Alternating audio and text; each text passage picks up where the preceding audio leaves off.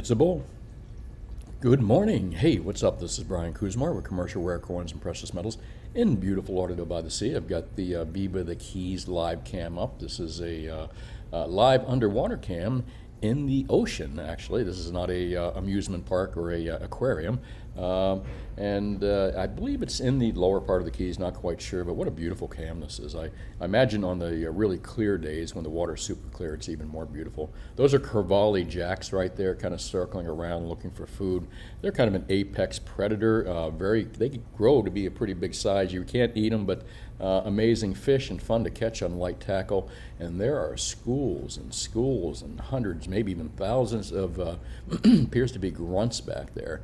If you're not familiar with grunts, I think they call them grunts because when you get them on deck, they grunt exactly like that.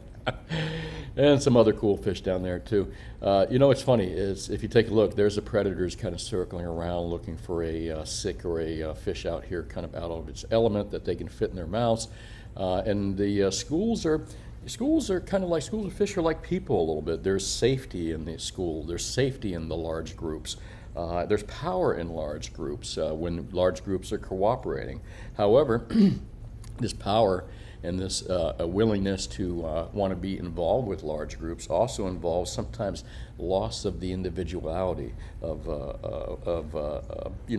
one's own security and doing that kind of thing. So although these fish all school together right here, and you see large groups of them, and it works when it comes to feeding to some degree, and it works when it comes to security. Occasionally the predators know exactly how to corral those particular fish and start pecking off the individuals. So, the individual usually loses in large groups like that, especially when they don't, when they start letting the group do all the thinking for them. So don't ask me why I went there. It's just kind of a weird thought I had looking at large schools of fish and understanding how they behave, and probably not unlike humans too much. Let's move into precious metal prices here before I really go off tangent. Boy, let's see what metals are doing. The coin kind of gave us a bull. I think it's going to be incorrect today, obviously. Let's see what happens towards the end of the day. Let me just do a quick refresh here. And spots are courtesy of CCE, Commercial Rare Certified Coin Exchange. They've been around for years and years and years. I've been a subscriber for them for a long time. Good service. However, it is a subscription service only, so a lot of things on there you can't see for yourselves. Let's take a look at the low here, 1856, and a high of 1871. We're kind of sitting almost, not quite in the middle, but almost in the middle of that at 1861.42. Gold's down $6.59 since the overnight, or since yesterday's close in New York, I believe. 24.84 silver, so we're in that sub $25 level. Good opportunity to buy the friggin' dip here. Save yourself a few cents. Low at 24.73, a high at 25.18. And again, sitting at a 24.84 mark, and even platinum's down a little bit. We were testing that $1,100 mark with platinum almost. I think $10.99 I saw at one point on an intraday high. We're currently sitting at $10.52 and a high at $10.73. I like platinum at this level. $1,052 sounds really good.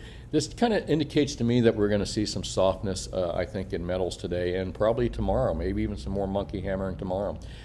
There's definitely some kind of tug of war going on between people that want gold higher and people that want gold lower, and the same thing with silver. Let's take a look at the 24-hour charts on gold right here, and let's see when this action occurred. And again, same old trend if you take a look at it, except for yesterday, which was kind of a tepid day. Take a look at the spot gold prices.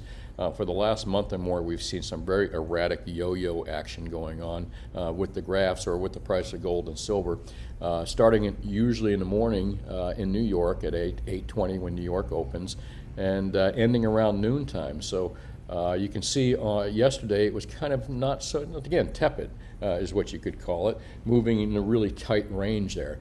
Not so much on the day before, which, what is it, Thursday, Tuesday.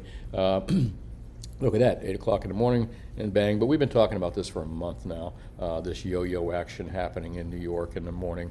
And we've got it happening again today. We had a little pause yesterday, as you can see with the red line.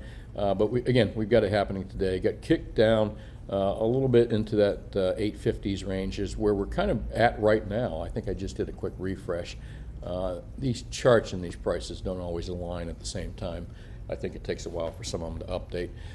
So we're sitting in that 1852, 1861 range. Sorry about that. So yeah, that's about right. A lot of action. I'll take a look at this. Again, more yo-yo action, that tug of war that's going on, that war between people that want it higher and people that want it lower. You can name the entities yourself. I'm sure we know who most of them are. Commercial banks, managed money, physical buyers and sellers out there, private investors, which seem to be jumping into the silver market more and more. Wall Street silver apes is a good example of that. Movements, basically movements of groups of people, schools like the fish, schools of people buying more silver, which is a good thing to see, physical silver. So there's a lot of reasons for this price action that we're seeing right here. I personally believe that, let's take a look at silver 24-hour chart. I personally believe that, yeah, silver's got monkey hammered even more. Doesn't surprise me too, because there's a lot of commercial money and probably some managed money as well in these short positions, and they will lose a lot if this silver breaks through this $25 mark and keeps going up. So you can certainly expect them to try to monkey hammer this down as much as they can. And they will, but it won't last long. I believe that this one may scare the shit out of them, and maybe, hopefully, someone will exit these short positions. But let's see what happens. Or these bullshit short positions that aren't meant to do anything but manipulate markets around. And again, look at that line right there, green. Yesterday, not much action in silver. It was kind of a tepid day. Again, even with silver, kind of range bound in that $25 mark. But as you can see, the day before, there you go right there, which was Tuesday, again, where? New York, COMEX market, kind of throughout the day. There's your monkey hammering throughout the day. Continued on until we open up again after New York close. Obviously, New York closes at what, 120? Take a look at our little chart here. And I know it opens at 820. And there we go, 130, I'm sorry about that. Opens at 820, closes at 130. So we know exactly where that monkey hammering is occurring in the market. And look at it today. Like I said, wham, wham, bam. Wham, bam, thank you, ma'am, because, again, great opportunity for people that wanted to buy the silver. And I think a few of my commenters say we're hoping for a lower price of silver when their paycheck came in. Well, you got your wish, and good for you, because, again, it does provide you the opportunity to buy a little bit cheaper. I don't know how much lower we're going to go below this 24, the high 24 mark. We haven't really seen the mid-24s for a little while, but not saying we can't see it today and tomorrow. Again, providing a good opportunity to buy the dip. And it also shows you that this little up and down action over the last month shows you there's some really big activity going on in the silver market and the gold market out there. And again, happening mostly in New York, opening and lasting normally until noontime, but of recent, this little war has been extending out. The war between those who want it higher and those who want it lower has been extending out to the daytime New York trading hours as well, where it kind of tapers off in the overnight markets until London opens up and New York opens up again, where the action seems to be. Mostly action in New York, not as much in London. Well, oh, you keep seeing me go to this chart. Some of these charts are listed in GMT times, and you want to know, for example, if you're looking at a peak or a valley right here, you'd like to know, well, is that in the London market, or what time did this happen? This little sheet right here, if you get a chance, called Gold Markets Trading Times, will tell you what market was open and what market that spike upward or downward most likely occurred. Some of these markets overlap with each other, like New York Globex markets, so I still haven't personally found a way, if anybody knows exactly how, but I personally really haven't found a way to figure out exactly which markets maybe some of these trades are made on. Was it made in New York Globex, which is almost a 24-hour market? Was it made in London? And yes, there are gold trades made in New York Globex, as thinly traded as I'm told that market is with the precious metals. That's usually where you see, I'm told, again, I haven't verified this, I'm told that usually when you see monkey hammering and, or when you see big gold deals done in the New York Globex market, it's mostly fat finger shit or purposeful or monkey hammering in the markets. So again, any trades you see in the, not any, but this is a pattern that I've been told to keep an eye out for. However, I can't really tell, like I said, when you see this spike happen, like particularly in this area. Was it London or was it New York Globex? Any of you gold or any of you paper traders out there or chartist guys can tell me how to tell which market the banging, the monkey hammering is occurring in. Be curious to know. But no less, good information here to know your trading times and which markets are trading. Interesting article here in Seeking Alpha. Silver prices to soar to triple digits. As I said, this is something you can read for free. Just go to seekingalpha.com, go to markets, and type in gold and precious, or precious, you're precious, gold and precious metals. And I believe you can read these articles for free. The other things, you're kind of limited to what you can do, but they're a nice site as far as giving free data out there and opinions and stuff. So this is by Anna Sokolidou. Gosh, I'm sorry. I hope I didn't tear that name up. My apology if I did.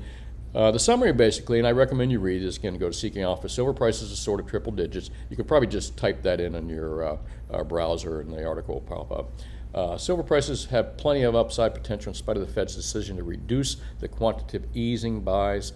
The gray metal, again, something we've talked about for a long time is the old myth that, well, once the Fed starts raising interest rates, the price of gold will plummet. That's a narrative that is not true. There's no.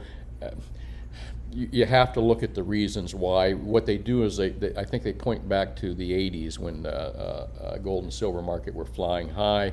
Interest rates actually get up to about 12% or even higher, but it took a while before they were able to tamp down those gold and silver prices using interest rates. We're in a totally different scenario. We're in a similar scenario as we were in the 1970s right now when it comes to inflation. Remember Nixon took us off the dollar, the value of the dollar, the power of the dollar's buying value just dropped dramatically in the 70s. It cost a lot more for things. The power, the buying power of the dollar just kind of took a shit in the 70s after Nixon took us off the gold standard. And it's continued to decline since then, at times a little more stable than others, but the overall trend line is down. Where was I going with this? Precious metals are going to be up. The Fed, the narrative about raising interest rates will kill the price of gold and silver is not necessarily true. Again, look at how high they had to raise interest rates in the 80s. I remember CDs. I thought CDs were paying like 7% or 8% or 6%, something crazy back then. Certificates of deposits, I don't even know if they exist anymore. I'm not sure money markets were around. I'm sure they're paying stupid money. A regular savings account at a bank, I still think was probably 2 or 3% back in the day, back in that day. And think about that. That's in the 70s, folks. That's in the 80s, when interest rates were so high. If they did that now, our government would have to default. The U.S. government would default. All right. Our government can't. First off, tax revenues are down dramatically because of Critter 19 in 2020. Tax revenues are down dramatically, not because of Critter 19, but because of the boneheaded decisions made by officials, governments, and central bankers that in their reaction to Critter 19 of 2020.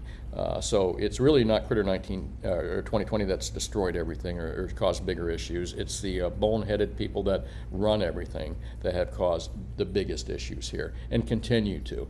But no less, raising interest rates is they could do it 1% or 2%, and you're going to see mainstream media or people that don't understand gold, don't understand what that really means, an insignificant rise of a rate. They're talking about quarter points and stuff like that.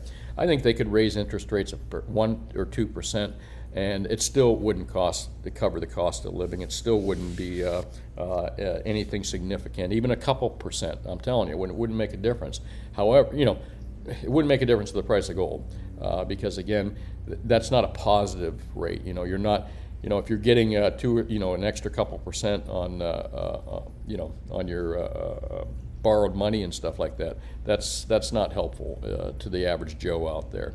And in fact, all that again, if governments have to borrow and they have to pay a higher rate, they're screwed. They're screwed at this point. So Probably the reason that this current administration wants to replace Powell as well with a more dovish person out there that is going to even do more harm. But let's not go there. Let's kind of continue on this article. The gray metal is an excellent hedge against inflation getting out of control. We know this ourselves. We can see this now in a situation of stagflation. Silver is also an essential green energy transition metal. Now, you know, whether love or hate the green transition or love or hate the green technology, and really I like it. I think it needs its own time to develop. I think you can't force these things without implications, you know what I'm saying? You know, what if everybody just turned to, all of a sudden, turned to electric cars only? If we don't have the charging ports, we don't have the infrastructure to support it, number one, what are you going to do with the stuff that you scrap? Where do all the scrap batteries go? So, you know, evolving into these technologies is a good thing if it's not forced, and if it's voluntary and if it's done over a period of time. I think we could have the greatest planet when it comes to fossil fuel, you know, not being a big player. And I like green energy overall, providing it really works and it's not forced. Although different investment scenarios are possible, I think silver is undervalued right now. Well, Anna, I've got to agree with you 100%. Silver is way undervalued. There's no doubt about that. We have a large amount of people out there investing in silver, you know, larger groups of people investing in silver. The U.S. Mint actually has stopped producing silver eagles, which is bullshit. They're mandated by law to produce them. I actually think they were closed down for some particular reason. Maybe the powers to be at COMEX kind of said, hey man, shut it down or you're going to screw up the whole silver market. But no less, just the demand for silver eagles and the premiums that people are willing to pay, the stupid premiums people are willing to pay for silver eagles, just shows you the investor demand out there is off the hook, all right? Not only that, silver is used in so many electronics, it's not even funny. I mean, it's major usage. It used to be photography at one time, but its major usage now is in electronics. And here's the difference between electronics and photography. What, you know, back in the day, in the 70s and 80s, 60s, 70s and 80s, even up to the 90s and part of the 2000s, photography was used a large percentage of silver, but they also refined almost nearly all of it. The electronic industry does not refine for silver. The electronics don't end up in scrap yards that pull out the silver. They end up in scrap yards, folks. So much silver has been thrown away out there. And I'm just talking about electronics. I'm not talking about in the health industry. I'm not talking about in all the other places that silver are used. Think about how silver is going to be used in the new green technology. It's just incredible. So here's the issue. We do have a silver shortage out there. There's no doubt in my mind. And the shortage, when I say shortage, people will point to vaults that have, and they'll show like, you know, people standing in front of 1,000-ounce silver bars. There's no shortage. Look at that. There's like 100,000-ounce bars just in this place. Well, it's available silver. Just because silver exists above ground does not make it available. A lot of the silver spoken for, whether it's in investors' hands, a lot of silver spoken for people that are buying it for industry uses, which is quite a bit, and a lot of it's spoken for ETFs, hopefully, that do own the silver and the stuff is actually backed.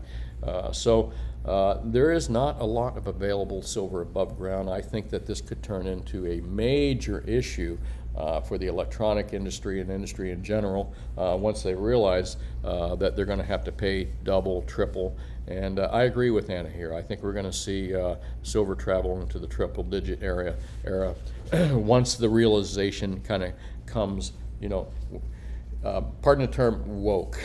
But when industry people and when the market people that aren't in the silver market like I am and not in the silver market like you are, and the commercial banks who manipulate those markets, and COMEX who knows how it's manipulated and, you know, allows the manipulation to continue. We as a whole know how rare silver is and know how the end game is actually going to work. So the physical demand, which is, again, the physical is the dog. The paper markets, the COMEX markets, the London markets are the tail, okay? And for decades now, the tail has been wagging the dog, but at some point, The dog, which is the physical, is going to actually shake that fucking tail right off. So, excuse my language, but I had to say it. I have to agree with Anna on this article. Some really good articles out here as well. If you take a look, Gold Seeks Clarity Amid Inflation Haze. I like Seeking Alpha. I'm a subscriber. I recommend that if you do investments that are not just silver, but if you're into the equity markets and other markets, it's a pretty damn good site. They're quoted by a lot of people, and the subscription price is really cheap. And no, I don't get a free subscription, and they don't know me from Shinola. So I wonder if some young folks are wondering what the hell Shinola means. I say it a lot. Don't know me from Shinola. Good article here by James Rickard via the Daily Reckoning.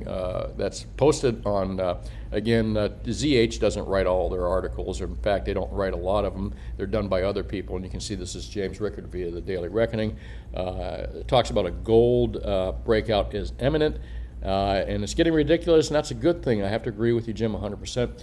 By this, Jim says, I mean the price of gold, and by ridiculous, I mean perspective or repetitive to the point of absurdity. That's okay. The prospects for gold from here are highly positive. By now, our readers are tired of my description of gold trading as a range bound between 17 on the low side and 19 on the high side, with 18 being the central tendency, kind of where we're at right now, folks, on the higher side of 18. That's completely accurate. But he says also highly repetitive, since it is held true with only brief and minor exceptions for the past year. I'm going to take a sip of coffee here. Excuse me, one sec. Sorry about that. This pattern emerged in November 2020 after gold fell from its all-time high of $2,069 per ounce on August 6, 2020. The predictable question from investors is, fine, we get it, but when does a pattern break either to the upside or downside? What's next for gold? Well, Jim Rickard says that's where the good news begins. Yes, gold has been range-bound, but the range is getting smaller while swings of 5% in a matter of days were common. As recently as last summer, the volatility has cooled off a little bit. Yes, it has in gold, but not so much in silver. But let me read the rest of this. Gold still moves up and down in price, but the swings are much more compact. The central tendency is still $1,800 an ounce, but the swings are more tightly bunched between $1,750 and $1,850, again with a few exceptions. That's a 5.5% band to replace the prior 11% band, where crazy swings. All right, and again, we do see those swings still in the price of silver, but Records is not talking about that. We're also seeing a pattern of lower highs and higher lows as compression continues. Lower highs, okay. I kind of get what he's saying. All right. And higher lows as compression continues. That's a technical pattern called a pennant, which it looks like a sports pennant if you draw converging lines through the highs and lows. If my chart guy is listening, and my chart guy from comments, give me an idea what you think in the comment section below on this, as far as a pattern called a pennant, and explain it to me a little bit. A pennant is a setup for a breakout. The breakout can occur in either direction, but it's more common for a breakout to continue the trend that existed before the consolidation. In this case, I think Jim is saying that that's going to be a breakout to the upside. Whether we take the 1685 price on March 30th and the 1720 price on the 2021 or the 1722 price, he says, it's clear that this pennant formed in the wake of an uptrend, suggesting that that's exactly where it will break out to the upside. Again, that's to be seen. That's Jim's opinion, but I also believe that as well. There's a run of fundamental data that supports this technical view. The first piece of evidence is that the real price of physical bullion today is not $18.64 per ounce, according to COMEX futures, but closer to $2,000 per ounce according to my gold bullion dealer sources. Well, kind of interesting. This is a point that I was making about a year ago or more when premiums are higher. In fact, for some of you folks that have listened to my show on a daily basis, for about a month or so, maybe more, maybe less, I was giving what I felt was the real price of gold, using wholesale premiums on the buy side and the sell side, mostly on the buy side, the wholesale buy prices, as a guide to what the real price of physical was. And when you see a huge separation, a huge spread, not a spread, but when you see premiums go up dramatically in a price of a product. Now, I'm not just talking about silver eagles. Silver eagles are priced way too high because of premiums or popularity. All right, popular product. That's why it's getting $10 to $13 premium currently right now, which is crazy. I like to go and look at a product that's fairly easy to make, and there's a lot of them out there. Production, it doesn't cost a lot to produce them. That's 100-ounce bars. So I use 100-ounce bars as an average price. Now, when dealers were paying $3 and $4 over per ounce for 100-ounce bars, I was just tacking on $3 or $4 to the price of silver and saying, all right, this is approximately, maybe a little bit less, knock a dollar off, but I was adding a $2 and $3 premium to the price of silver at the time, saying this is what the dog looks like, not the tail. This is what the real price of silver is, all right? Some people said, oh, you're crazy, but apparently I don't think Mr. Rickards thinks I'm crazy, because he believes that as well. So he's pricing it closer to $2,000 per ounce. What's a premium? 1864. Yeah, that's about right. About $35 wholesale premium on gold bars right now. That's about where it stands. Gold bars are probably 25 to 35 bucks on the wholesale level. Again, buy prices. Well, maybe a little bit less than that now. The difference between the two prices is about 8%, Jim says. The problem with this pricing method is normal dealer commission is around 2.5%. Any commission higher than that is not really a commission. It reflects a reflection of scarcity, delivery delays, and other logistical issues. 2.5%? Who gets 2.5%, Jim? I'm working on 1 to 1.5% if I'm lucky, commission based on what I have to pay for the stuff and what it sells for. But no less. I digress. So let's move in here. In other words, $19.25 per ounce is the real price of real physical bullion. Everything else is just paper. So yes, that's what the dog is really worth, and everything below that is the tail. The second fundamental, and I'm not going to go into all of this right here because Jim talks about something we talk about frequently, is what do the smartest financial people in the world that run the whole currency scheme? They run the fiat system. They run the global debt system. They run businesses. They run governments. And who are those people? Central bankers. What do central bankers own? Central bankers own gold. Okay? And Jim's talking about that the fundamental factor is that Russia's back in the game buying gold. And he talks about the numbers and the type of money that Russia's buying here, the strategy they have.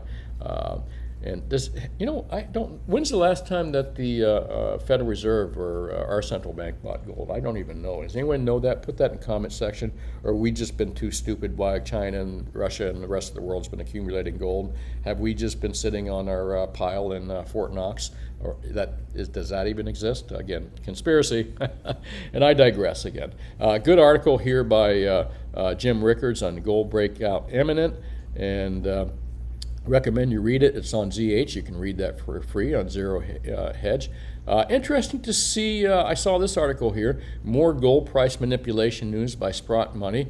Either I missed it or I don't really see Sprott very often talk about manipulation in precious metals, gold and silver markets. So it's kind of interesting, and let me just say interesting when they do. And this article is on ZH. You can read it for free as well. It's called More Gold Price Manipulation. It's written by Craig Hemke, who is basically the voice for Sprott right now, who does all the writing and everything. I like I like reading some of his stuff here. But Craig's talking about manipulation as well, and man, they're not just talking about it, they even did some memes on it. So the markets are free and fair. Only kooks think that the gold price is manipulated. Rogue traders placing spoof orders is not manipulated. Yeah, that's basically what we had to hear for years by mainstream media and people in denial that the markets are manipulated. And of course, gold is all manipulated. All markets are. But I've said that. That's true. I've been saying that ever since I've been doing the show, and even before I've been doing the show. All markets are rigged. Everything in your life is rigged, folks. From the day you're born, things are rigged. There's a narrative that's painted from you from your parents, a narrative from your government, a narrative from whatever your favorite flavor news station is, or your favorite flavor newspaper, if they still exist. You've been manipulated from the day you were born. And markets are manipulated. Elections are, let me not say it, but you know what I was about to say. Everything is manipulated in some way. Your viewpoints, what you buy, your idea of what beauty is. Okay, it's all manipulated, folks. It's just normal for humans to be manipulated. This is what I was talking about earlier. This is us. We follow the crowd. The crowd is safety. The crowd is power sometimes. We do a better job of feeding ourselves and protecting ourselves when we put ourselves in large groups, like we do. And that's what countries do. Countries are just large schools of fish. Protecting their own shit and hopefully cooperating and working with each other, all right? But that's not always the case either. Sometimes in large groups like this, we're easy to manipulate. I mean, look how the porpoises, when you ever seen porpoises manipulate large schools of fish, they start swimming around them. It's like driving a sheep off a cliff. And we're also like that as well, folks. So there is a fine line as being part of the cooperative, part of the mainstream thinking, part of the manipulation, because we are. But again, I think there comes a point in some adults' lives where they start to recognize this and they start to question everything, including what they believed in their lives. And really, this is when everything changes in your life, is when you start to question things that you question the narratives, okay? But I digress. I'm going off into a totally different thing here. So all markets are manipulated, and I guess Sprott is figuring this out. Well, maybe they figured it out for a while ago. They just didn't want to talk about it because it is an unsavory subject, isn't it? A lot of people are in denial about it, and we'll throw rocks at your house. Fortunately, I don't live in a glass house, but we'll throw rocks at your house when you bring up uncomfortable truths and facts that they don't want to hear. I mean, take a look at the current situation with our politics, which we'll get into right now a little bit. I mean, look at the denial, folks. I mean, let me just kind of roll through some ZH articles, all right? Denial, says Department of Address, okay? There's just so much stuff out there. Denial and narratives that are being painted for you, and lies, all right? Let's kind of move down here, and let's see if we can see anything. And there's a way that, unfortunately, I'm afraid that at some point, the younger generation is just going to use this denialism to escape into the metaverse. God only knows where we go from there. I mean, it's bad enough these kids got their heads tucked into. You remember when we were younger, my generation, maybe a little generation younger than me as well, when you saw like 6 bicycles outside one house and you knew all the kids were at that house and playing. You'd go around looking for the kids, all right, because kids are outside. That's no more. They're all stuck in their bedrooms with their little controllers stuck up their asses, excuse my language, and not living life. They're basically living a fantasy world, unfortunately. It's really dangerous times we're living in right now, because if you're living in a fantasy world at home, then it's much easier to give you a narrative that you agree with. It's much easier to frighten you, to get you to do things you normally wouldn't do, to get you to put things in your body you normally wouldn't get put in your body. But I digress again. Let's see here what else is going on. Not too much. I think if I go into more, again, denial. First it was, hey, let's just, for 2 weeks, that's all we need to do. Everything will be fine after 2 weeks. And then then it was a month. And then it was, if you ingest this, or not ingest this, but if you put this inside you, then, everything will be okay. And then now we're finding that's it's the narrative and the lies, folks, and that's the danger of living in schools like this. That's the difference. That's the danger of having that type of thinking right there, the school type of the herd mentality, the school mentality. That's the danger of it right there. And they know how to work this too. Trust me, years and years and years of manipulating societies, media and governments and bankers, they're all fully versed in this. This is also a major shame right here. I mean, that just makes me sick to even look at. Let's move along from here. And where are we going? Let's see.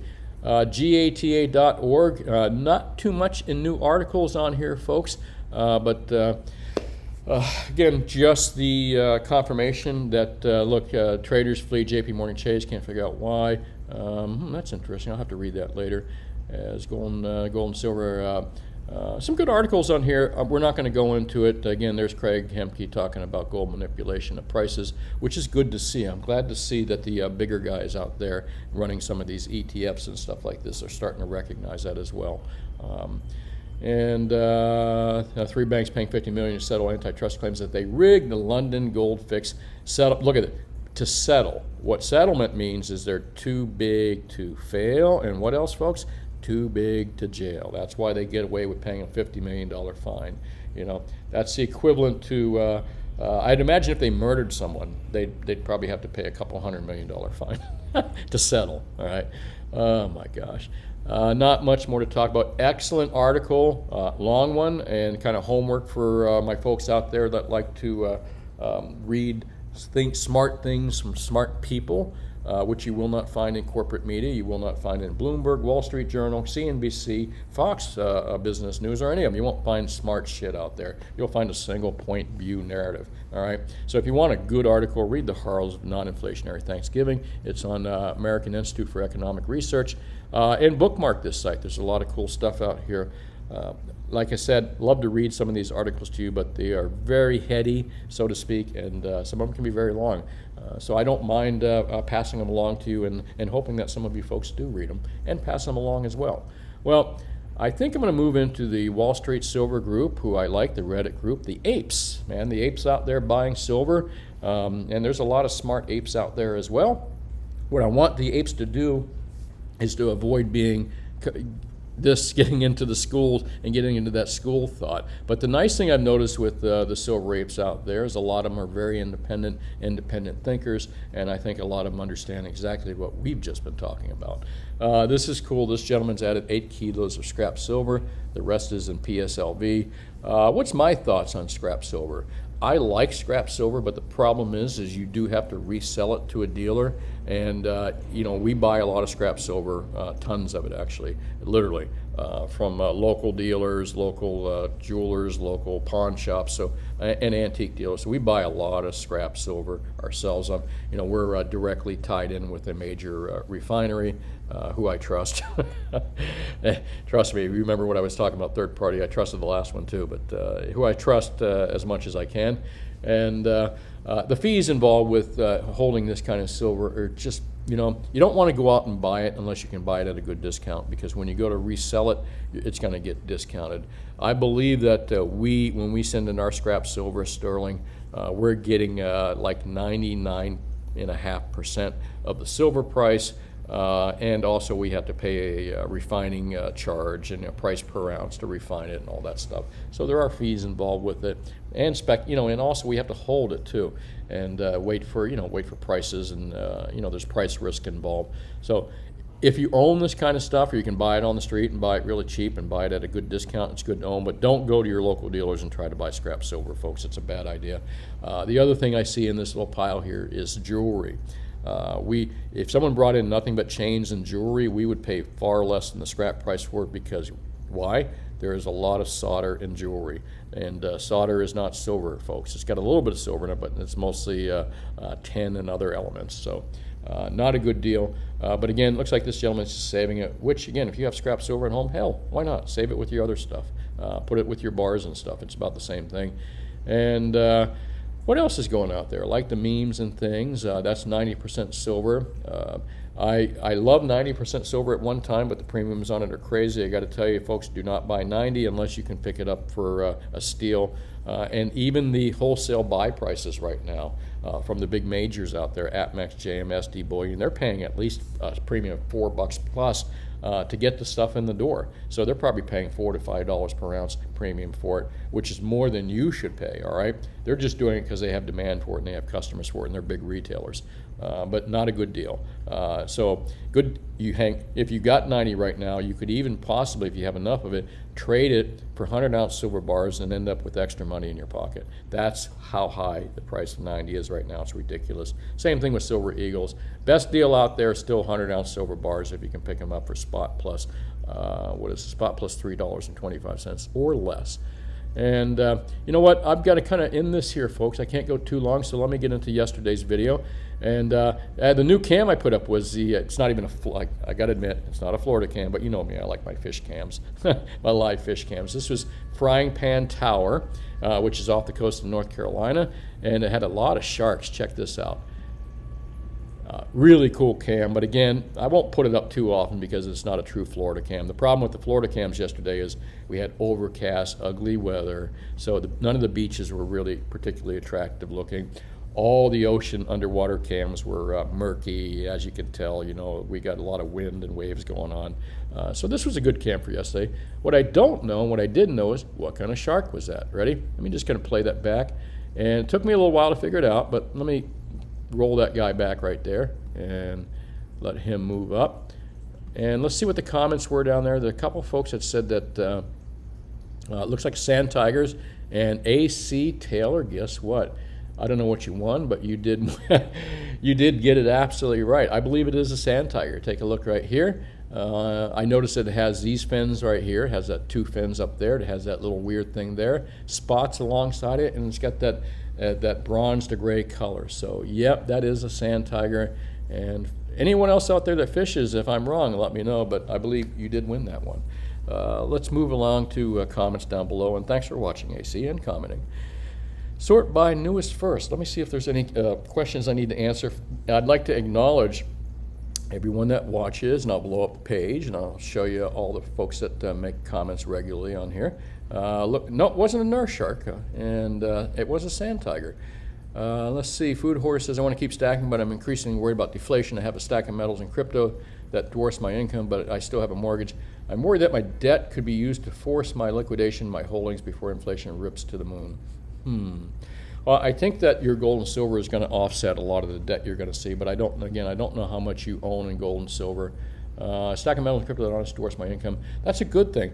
You know, I think you're better situated, sir, food hoarder, than most people. And if you want, just keep stacking gold and silver. And you know, it's been around for 5,000 years, in my opinion. I don't think you're going to go wrong. I don't think you're going to go broke. You're never going to wake up and hear that your gold and silver went bankrupt, or but you know, you could with other type investments. So you know, you could wake up and see your pension fund just worth half or less than that. So I mean, that's a possibility as well, especially if you don't have control over it or you get caught in the wrong equities market, which looks like it's a possibility of happening. Anonymous says sand tiger. Oh, you're right too there. I think you might have got a little bit early, but yeah, some of you folks know your sharks for sure. Must be watching a lot of Shark Week on Discovery.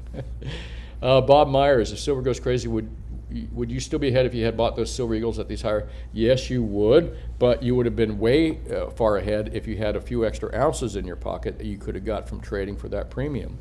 So you would be ahead, but you would be even more ahead if you had more silver in your pocket instead of the premium. Thanks for watching. Appreciate that, Bob. Mr. Awesome says gold is eternally awesome and the dollar is on life support. That's true.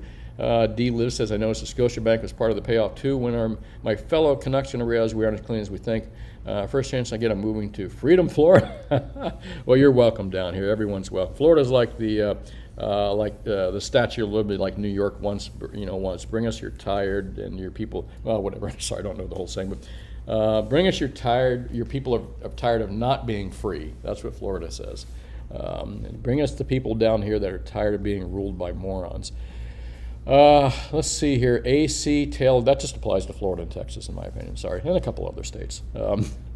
I don't like the gold maples and how soft they are. I used to carry one in my sleeve for a handful of years back. I needed one. I pulled it out. Local bullion dealer did discount it. Yeah, that's true. That's why I don't like them either. If they get dented or scratched up, it's not that the bullion dealers don't like the 24 karat gold coins. It's just that if they get scratched up by the customer, when you go to resell it and you got like 20 gold coins out, or you give them a roll of coins and the customer inspects the coins, if there's ones with scratches on it, you better damn well guarantee that the customer's going to say, I don't like this one. Can you replace it, please?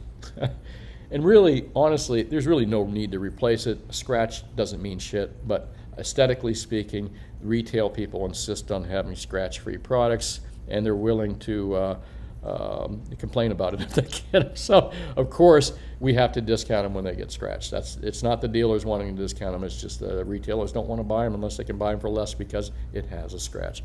I don't know why that's important on a bullion coin, but again, it's the retail mindset. The sharks are central bankers. Yes, they are. They can be. They're definitely, I would consider the bankers Well, no. I mean, yes and no. I think bankers would be. I label people as three types of entities in life, whether it's a person or an entity. You got your producers, and those are people that produce good things in life. They produce products, they produce happiness, they produce services, they produce real things. And then you've got your predators, and the predators are people that feed off of producers, and then you've got your what is it? Oh my gosh. Parasites, sorry about that. Parasites, those are the three entities to me. And parasites feed off other entities. That's what government is, a parasitic, until they become sharks, or like they have been, all right? Governments have become more predatory-like, but in the past they've always been parasitic. Central banks are parasitic mostly in my opinion. However, I think they're becoming more predatory to some degree. Thanks for watching, John. I appreciate that. Joey says, Brian, you live in Florida. Whoever goes deep sea diving for sunken field currency. That's pretty damn funny. Thanks for watching, Joe. I appreciate it. Gold maple grams are a cool product. They're cool in sheets of 25, all individually numbered and sealed. I'm not familiar with them, Mr. Awesome, but that's kind of cool. I'll have to take a look at them. As long as the premium's not crazy, I'd like to have something that you could divide into little segments. That would be awesome. G, what's up, dude? Own nothing to be happy. Same guy fighting the current worldwide scam. Look him up. Guess I'm not quite sure who that is, but thanks for pointing that out. I probably will look it up here. Michael, what's going on? Better to ask for forgiveness than to beg for permission. This is absolutely true, and kind of goes into what I was talking about with Elon Musk yesterday and Uber and a lot of other companies. And I think what people should do in general, ask for forgiveness. Don't ever ask government if you can do something or not. Don't ever ask the officials. Don't ask government if you can do something or not. Just do it, because if you ask them, you will get screwed somehow, or you'll pay a lot more money than what you should have done if you just did it anyway. Gritty says, live in Canada, always grab a bit of 80%. That's cool. That's a good idea. And thanks for watching, Gritty. And Tiger, cool, Sand Tiger, that's what it is. Thanks for watching, Jay. Well, if you're new to my videos, make sure you hit that like and subscribe button. I like that. And see this one right here? Boom, I'm going to hit my own like button. I liked my own video. How do you like that? I didn't even know I could do that. Well, that's really about it, folks. Had fun talking to you about sharks and all this other cool stuff. And my name is Brian Kuzmar. I've been doing this since 1977, same location here since 95. I advertise to beat APMEX, JM, and SD Bullion. They're the biggest companies out there when it comes to bullion, and it's easy for me to beat them because my overhead's a lot lower, and I can also give you good advice and all kinds of cool stuff that you can't get from them. There's nothing wrong with that, nothing bad about them guys. I'm just highly competitive, and I can do it. And my recommendation, if you don't live in my area, because I don't ship anything out and I'm not an online dealer, is that you find another local dealer in your town like me if you don't live in South Florida, and try to keep that money local. I believe that's also very important. Besides being competitive, I like the idea of people keeping the money local as well. Well, that's it, folks. Thanks for watching. You all have a great day, and I will talk to you tomorrow. Bye now.